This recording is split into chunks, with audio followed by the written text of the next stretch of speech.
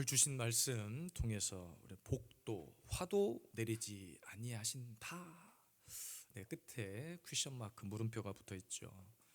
하나님께서 복도, 화도 내리지 아니하시는 분이 아니라 우리에게는 역사하시는 하나님, 우리를 통치하시는 하나님인 줄로 믿습니다. 오늘 우리가 읽었던 이 스바냐, 선지자의 이름입니다. 우리가 들어봤던 히스기야의 4대손인, 그러니까 쉽게 말하면 왕족 출신의 선지자였던 거죠. 종말론 설교를 하는 데 있어서 빠지지 않는 아주 중요한 메시지를 담고 있는 내용입니다. 스바냐서의 핵심은 이거예요. 여호와의 날, 그리고 심판이라고 하는 주제, 아주 강력한 메시지를 담고 있는 소선지자입니다.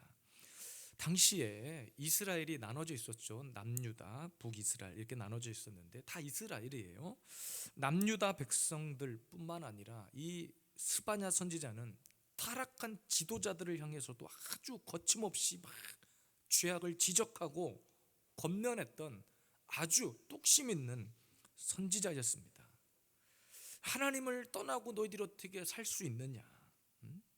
너희 지도자들이 하나님의 말씀을 의지하지 않고 어떻게 지도자의 위치에 서 있을 수 있느냐?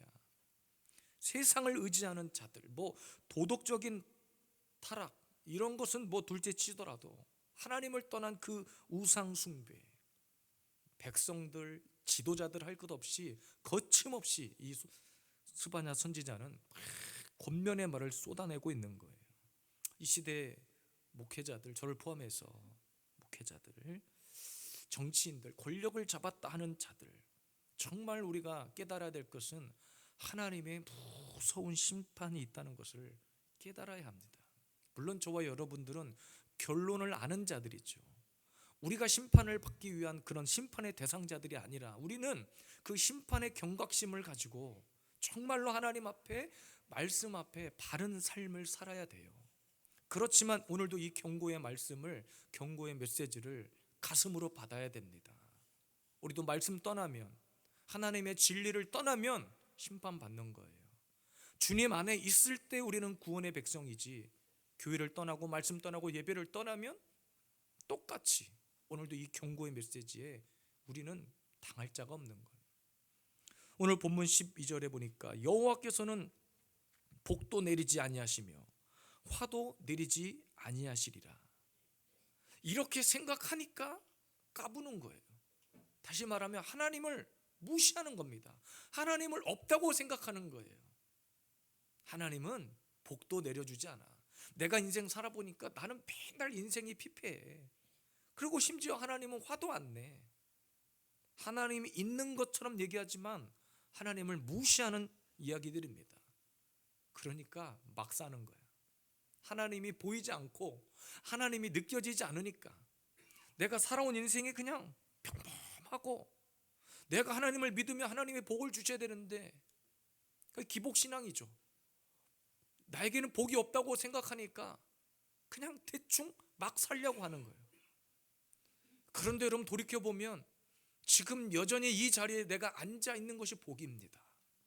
내가 이렇게 예배 드리고 이 자리에 앉아 있는 것이 복인데 사람들은 당장 내 눈앞에서 뭐가 반짝반짝하고 막 요술 부리듯이 채워지지 않으면, 눈에 보이지 않으면 하나님을 인정하지 않으려고 그래요. 여러분, 사실 우리가 살고 있는 모든 이 세상 우주 만물이 하나님의 살아계심을 증명하고 있다고 저는 믿습니다. 살아 숨쉬는 이것이 어떻게 과학 하나로, 조금 말씀을 떠난 이야기지만 여러분, 인간이 만약에 진화했다면, 아메바로 시작해서 핵분열을 일으켜서 진화한 동물이라면 여전히 우리가 우리의 조상인 동물들을 동물원 가가지고 막대하고 있잖아요. 우리의 조상이잖아, 원숭이가. 근데 가가지고 막 바나나 던지고 사료 던지면 우리 조상님들에게 그럼 되겠습니까? 근데 여전히 세상 사람들은 하나님을 무시하고 있어. 우리도 하나님의 피조물일 뿐이고 동물원에 있는 원숭이도 하나님이 지으신 창조물일 뿐입니다. 근데 어떻게 인간이 진화하냐고. 물론 성격도 변하고 삶의 형태는 변할 수 있어요. 그런데 원숭이로부터 원숭이가 막 진화해가지고 사람이 됐다 생각을 하고 그렇게 발전한 원숭이가 과학을 만들고 스마트폰 만들고 이게 말이 됩니까? 그러니까 하나님이 없다고 여기는 거예요. 무시하는 겁니다. 그 오늘 말씀에 등장하는 사람들은 그거예요. 하나님이 복도 내리지 않고 화도 내리지도 않고, 그러니까 머리로는 하나님을 딱 인식은 하는데 하나님이 아무 일도 하지 않으신다. 그러니까 하나님이라고 하는 존재는 그냥 내 마음속에 있는 신화 속의 이야기일 뿐이야. 동화책 속의 이야기일 뿐이야. 지금 마치 하나님을 이렇게 여기는 자들에게 이 스바냐 선지자가 강력한 경고의 메시지를 던지는 거예요. 영적인 무감각입니다. 영적인 무지입니다. 요즘 교회도 성도들도 마찬가지예요. 하나님을 두려워하지 않아. 하나님은 사랑의 하나님이십니다. 우리를 사랑하시기 때문에 우리를 구원해 주시는 거예요. 그러나 하나님은 심판의 하나님이십니다.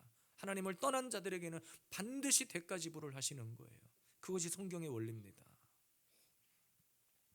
종말론적으로도 앞으로 다룰 기회가 있겠지만 마지막 시대입니다. 지금은 미국과 이스라엘이 힘을 합쳐서 이란을 공격하고 전쟁이 벌어졌어요. 결코 우연이 아닙니다. 종교적인 전쟁이고 역사 가운데 예언된 일들입니다. 전 세계에 미치는 영향이 크죠. 여러분 마태복음 24장에 보면 종말에 관한 여러 징조들이 나오는데 전쟁, 나라와 나라가 대적을 한다. 근데 특정 나라가 아니라 전 세계 동시다발적으로 일어나는 일이에요. 우리나라는 전쟁과 상관없지 않나요? 그러는데 여러분 미국 전쟁하면 우리나라 어떻게 할 것 같으세요? 미국과 동맹을 맺고 있는 나라들은 어떻게 할 것 같으세요? 어떻게 해서든지 군대를 보내든 무기를 보내든 그 전쟁에 참여하게 되는 거예요. 그게 3차 세계대전인 거예요. 이미 일어났다고 해도 무방합니다. 제가 뭐 전쟁 이야기를 하려고 하는 것이 아니라 여호와의 날이 다 되었다. 스바냐서의 핵심 메시지는 하나님의 심판 여호와의 날이 다 되었다는 거예요.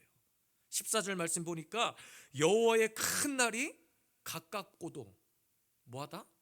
빠르다. 이미 가까이 왔고 빨리 왔다. 그래서 그 날에는 어떤 일이 일어나느냐? 하나님의 분노가 있고 환란이 있고 고통의 날이 될 것이다. 고통스럽지 않으십니까 여러분? 지금 기름값이요 일주일 사이에 막 300~400원이 올라버렸어요. 아무것도 아닌 것 같은데 우리나라에 미치는 경제적인 영향을 보세요. 어떻게 할 수가 없어. 우리나라는 원유를 수입해서 쓰는 나라인데 길을 막아버리잖아요. 전 세계가 그냥 경제가 휘청휘청 거릴 정도잖아요. 이렇게 얘기를 해도 하나님이 계시지 않다? 하나님은 일하지 아니하신다? 너무 안일한 거 아닐까요? 너무 무감각한 거 아닐까요? 하나님은 복도 화도 내리지 아니하시는 분이 아니라 여전히 저와 여러분들 인생 가운데 간섭하시고 일하시는 분이라는 사실을 기억하시기를 바랍니다. 그러면 우리를 향해 어떤 일을 행하시는가? 마지막 종말 시대 여호와의 날에 주님은 어떻게 우리를 깨우시는가? 첫째는 찌꺼기같이 가라앉은 마음까지 두루 찾으신다 그랬어요. 12절입니다. 그때 내가 예루살렘에서 찌꺼기같이 가라앉아서 마음속에 스스로 이르기를 여호와께서는 복도 내리지 아니하시며 화도 내리지 아니하시리라 하는 자를 등불로 두루 찾아 벌하리니 그랬습니다. 오늘 말씀을 잘 보면 심판의 대상을 지목해서 하시는 말씀이에요. 그래서 찌꺼기같이 가라앉은 마음을 찾아다니신다. 이 말을 원문 그대로 직역하면 이런 말입니다. 그들의 찌꺼기 위에 엉겨붙은 자들을 찾으신다는 거예요. 자, 그러면 찌꺼기는 뭘 말하냐면 당시에 술을 담글 때 당시 이스라엘 백성들 유다에서는 포도주를 담궜죠. 포도주를 담그는데 그 포도주를 담고 난 이후에 가라앉은 찌꺼기를 말하는 거예요. 포도주를 담근 이후에 놔두면 그 밑에 찌꺼기가 가라앉는데 그 찌꺼기를 방치하고 오래 놔두면 딱딱하게 굳어버립니다. 그러면 원래 포도주가 내야 될 그 포도주의 맛을 상실하는 거예요. 술 맛을 잃어버리게 한다는 거예요. 당시에는 술을 담글 때 그래서 향기롭고 좋은 술을 대접하거나 담그기 위해서 찌꺼기가 생기지 않도록 두 가지를 했다고 그래요. 하나는 병을 바꿔서 계속 이 병 저 병으로 술을 옮겨 담았답니다. 술 맛이 사라지니까. 그러면 새 포도주는 새 부대에 담으란 말 기억나시죠? 그런 개념인 거예요. 그러니까 여러분, 이렇게 하나님이 없다고 복도 내리지 않고 화도 내리지 아니하신다, 하나님은 아무 일도 하지 아니하신다, 이런 무사안이란 사람들에게 주님은 지적하신 거예요. 즉 찌꺼기가 끼었다는 겁니다. 영적 감각을 잃어버렸다는 거예요. 찌꺼기가 가라앉아 있는지 술맛이 어떻게 되든지 전혀 관심이 없는 사람들입니다. 그러니까 찌꺼기가 엉겨붙으면 술맛을 잃어버리고 쓸데없는 술이 돼버리잖아요. 그럼 뭐 하겠어요? 갖다 버리겠죠. 마시지도 못하는 술을. 지금 그런 자들을 심판하려고 주님이 찾아낸다는 겁니다. 그러니까 찌꺼기는 그냥 내버려두면 안 돼요. 지금 저와 여러분들의 인생 가운데 가라앉아 있는 찌꺼기가 있는 거예요. 나를 무감각하게 만드는, 예배하지 못하고 기도하지 못하게 하는 가라앉은 찌꺼기들이 있다는 거예요. 그것을 그냥 내버려두면 안 돼.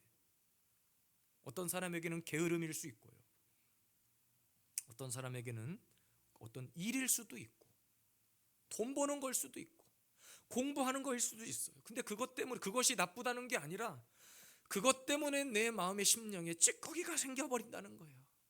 무감각하게 성도로서의 맛을 잃어버리게 한다는 거예요. 교회도 마찬가지죠.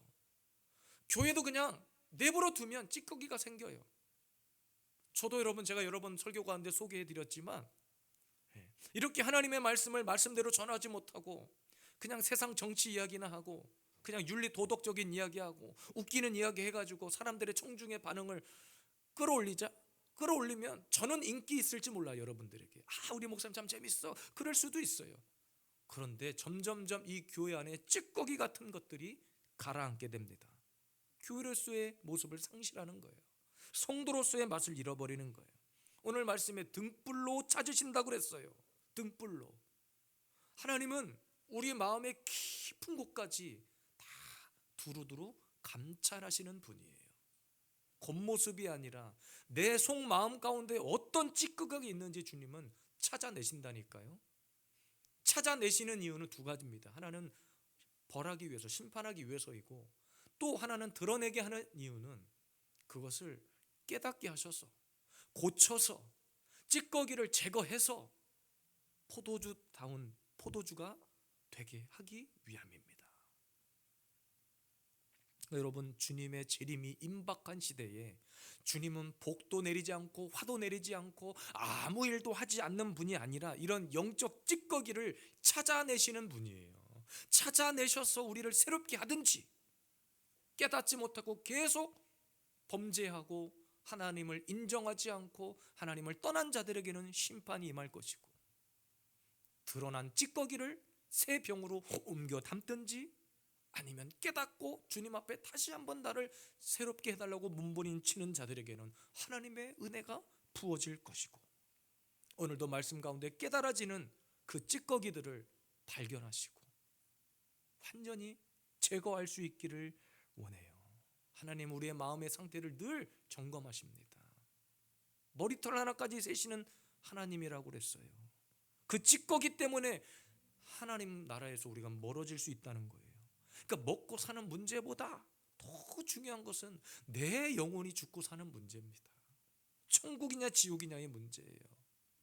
천국과 지옥이 반드시 있다는 사실을 믿으시길 바랍니다. 예수의 이름으로만 우리가 천국 갈 수 있는 거예요. 내 심령의 찌꺼기를 제거해야만 천국 백성 되는 겁니다. 이 찌꺼기가 제거되지 않으면, 맛을 잃어버리면 버려집니다. 주인이 술을 버린다는 것은 주님이 버린다는 거예요. 심판이라는 거예요. 지옥이라는 거예요. 이런 영적인 두려움, 영적인 경각심이 지금 이 시대는 필요합니다.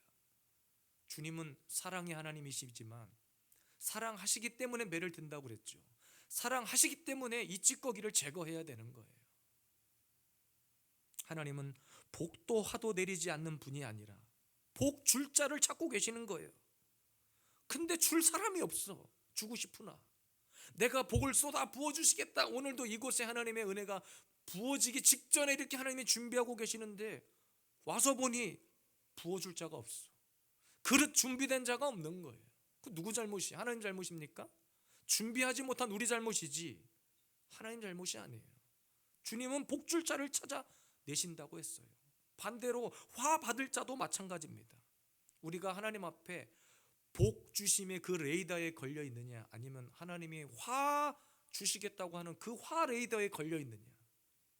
우리 예수 비전 세움교회 모든 성도들은 전부 다 하나님의 복 레이더에 다 들어와 있기를 원합니다. 그런 성도인 줄로 믿습니다. 아멘을 하셔야 레이더에 걸려들어요. 복 레이더에 다 속해 있는 분인 줄로 믿습니다. 결국 내 마음에 찌꺼기가 생기는 이유는 12절 마음에 스스로 이르기를 그랬습니다. 마음에 스스로 이르기를. 스스로 이뤘다는 것은 벌써 하나님 말씀이 아니라 불신앙으로 가득 찼다는 거예요. 믿음이 없다는 얘기입니다. 믿음이 필요해요. 그렇다면 여러분, 찌꺼기를 발견하고 깨달았다면 제거해야 될 거 아닙니까? 어떻게 제거해야 됩니까? 오늘 말씀해 보니까 등불로 두루 찾아다니신다고 그랬거든요.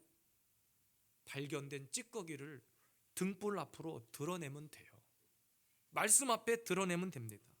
어두운 곳에 있으면 찌꺼기가 쌓여도 보이지 않아요. 내 내면이 어두워진 상태면 보이지 않는 거예요. 그러니까 우리는 빛으로 나아가는 것이 최선의 방법입니다. 빛으로 나아가는 것이, 빛은 말씀이고 예수 그리스도고 생명이고 교회고 예배고 좋은 거 다 갖다 붙여도 돼요. 그게 빛인 거예요. 빛으로 나아가서, 그럼 내 몸에 상처가 났는데 어두움은 보여요, 안 보여요? 아픈 통증은 느끼는데 안 보여. 그럼 상처난 부위를 빛으로 비춰서 그곳에 약을 바르고, 약도 엉뚱한 곳에 바르면 안 되잖아요. 상처난 곳에 발라야지. 두 번째 방법은 새 포도주로 담는 거예요. 옮겨 담으면 돼요. 여러분의 심령밭에 쌓여진 찌꺼기를 새 포도주로 여러분의 마음을 갈아엎으세요. 새롭게 리셋 시키세요. 말씀으로, 기도로 리셋, 새롭게. 우리 몸의 혈관도 마찬가지입니다. 불순물이 쌓이면 어떻게 됩니까? 무엇을 방해하죠? 혈액순환을 방해하죠. 혈액순환이 안 되면 우리 몸에 중대한 하자들이 발생하는데, 어디 감기, 이 정도 수준이 아니라 피만 안 통해도 온갖 질병이 다 찾아와요. 우리 몸에 신호를 보내는 거예요. 옛날에 우리나라에 굉장히 유명했던 타이타닉호 영화, 타이타닉이라는 영화가 있습니다. 타이타닉. 큰 배, 영국에서 출발한 큰 배가 미국을 향해서 가는데 대서양 한복판에 침몰했어요. 왜 침몰했냐면 빙산이 있었는데 빙산을 발견하지 못하고 배가 침몰한 거예요. 큰 유람선, 오늘날로 말하면 그 뭐라 그러죠? 크루즈호 같은 그런 배인 거예요. 근데 배가 항해를 하는 중간에서 주변에 있는 배들이 신호를 보냅니다. 지금 가는 그 항로에 빙산이 있으니 조심해라. 조심해라. 근데 이 타이타닉호의 선장이 마지막 항해를 하면서, 선장으로서 마지막 항해를 하는데 자존심이 있었어. 괜찮을 거야. 발견하면 피하면 되지. 이 신호를 무시했어요. 깜깜한 새벽에 아무것도 보이지 망망대해에 빙산을 발견하고 이미 늦었어.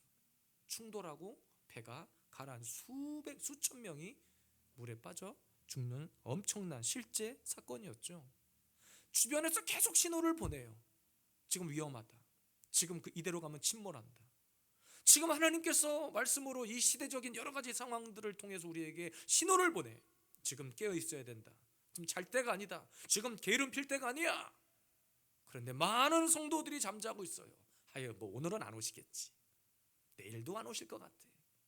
오늘 오실지 내일 오실지는 우리가 장담할 수 없지만 성경은 시종일관 깨어 있어라. 어느 날에 너희 주가 임할런지 너희가 알지 못한다. 깨어 있어라. 날짜와 때를 아는 것이 중요한 것이 아니라 깨어 있느냐 잠자고 있느냐가 중요한 거예요.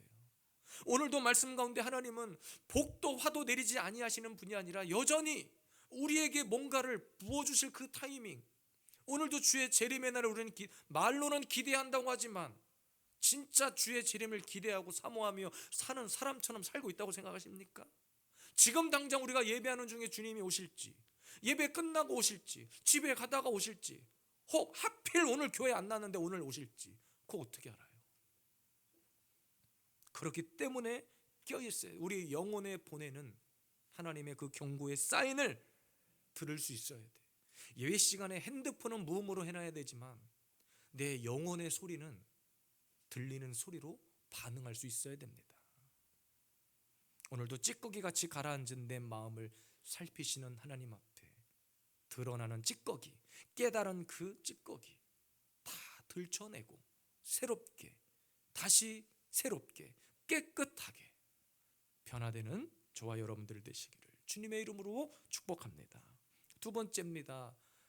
복도 화도 내리지 아니하시는 하나님이 아니라, 하나님은 일하지 않는 분이 아니라 여전히 우리를 구원해 주시는 분인데 이런 경고를 하고 계신 거예요. 은과 금이 너를 건지지 못할 거다. 18절입니다. 그들의 은과 금이 여호와의 분노의 날에 능히 그들을 건지지 못할 것이며 이 온 땅이 여호와의 질투의 불에 삼켜지리니 이는 여호와가 이 땅 모든 주민을 멸절하되 놀랍게 멸점할 것이니라. 그러니까 여러분 13절에도 보니까 그들의 재물이 노략되며 그랬습니다. 그리고 그들의 집도 황폐해질 것이다. 그리고 18절에 은과 금이 건지지 못한다. 그러니까 하나님의 심판이 전 우주적으로 나타난다는 건데 인간의 개념과 상상을 초월한 세상이 감당할 수 없는 그런 심판이라는 거예요. 여러분 은과 금이라고 하는 것은 당시 유다 백성들이 하나님을 버리고 하나님을 떠나게 된 동기입니다.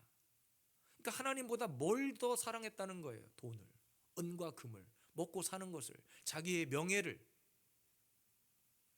더 소중히 여겼다는 거예요. 그러니까 은과 금을 하나님처럼 섬겼다는 거죠. 오늘 말씀에 여호와의 질투의 불에 삼켜졌다 그랬습니다. 심판이 왜 임하게 됐는가? 하나님보다 더 사랑하는 것, 우상 숭배죠. 하나님을 떠났다는 거예요. 입술로는 하나님인데 진짜 하나님을 경배하지 않은 거예요. 에스겔 7장 19절입니다. 그들이 그 은을 거리에 던지며 그 금을 오물같이 여기리니 이는 여호와 내가 진노를 내리는 날에 그들의 은과 금이 능히 그들을 건지지 못하며 능히 그 심령을 족하게 하거나 그 창자를 채우지 못하고 오직 죄악의 걸림돌이 되매니라.